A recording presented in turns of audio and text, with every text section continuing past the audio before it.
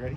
Yeah. Okay. Hey, this is Jody with Madison County Masonry. I'm seeing a lot of tuck pointing videos on the internet, and there's some pretty bad ones out there.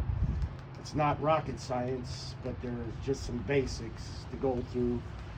First of all, the mixture. You want to come over here to mixture. I use a strong mixture. I go 2 sand to 1 part masonry cement.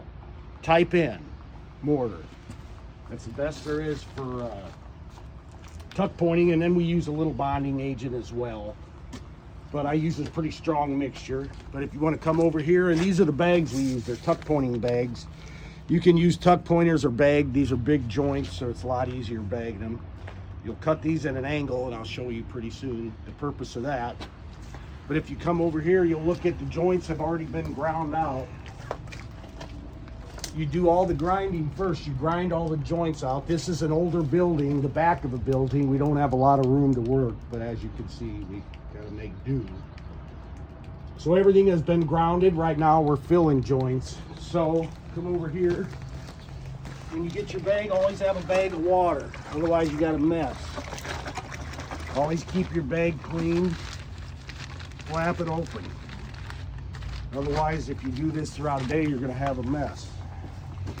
You got to keep your mortar loose. These are bigger joints, so it's not as important, but you want to keep your mortar pretty loose. And don't overfill your bag. Especially when you're first starting, don't overfill it. You'll kill yourself. You'll kill your forearms. Get the mortar in there. Tamp the mortar down. Twist. Notice the bag is cut at an angle. I'll show you why. You want to come over here. Here. So cut at an angle. What you want to do is I always start on your bed joints first. Keep it at an angle. You're filling the joint but not overfilling. The joint needs to be full all the way, but you don't want a lot extra or you're going to have a lot of smearing. But you're basically filling the joints. Then these are bed joints. These are head joints. You always fill your bed joints first, then hit your head joints.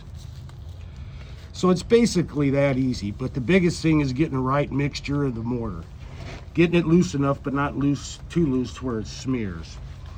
So that's basically all it entails, and you want to let that sit before you hit it with the striker. But if you want to come over here, the next step, we've already hit a lot of this already, but the next step is to join it. I've seen tuck pointing videos where they don't even join it, but it's very important. This is still too wet. I'm just showing you for this video. You always hit your head joints first, then your bed joints. This is too wet. I'm just trying to show you for the video. Then let that sit. Don't smear it on the brick because you have to acid wash that clean and you don't want that. So we're gonna let this sit a while till it dries up and you don't have any smearing. And then I hit this a little early, but this is be the end product. It still needs to be acid washed. We acid wash all our tuck pointing, so that'll get that perfectly clean, but pretty much the end joint. You want to brush it after you join it, let it sit a little bit, and then brush it. But for the most part, everything's real wet here, so everything has to sit a little bit. So I hit it a little bit earlier, but for the most part, that's pretty much it. And then for an old building like this, you might want to seal it with siloxane. It'll seal all the old mortar that we didn't tuck point. Anyway, that's it. It's not rocket science, but there is a right and wrong way to do it. Anyway, have a good day.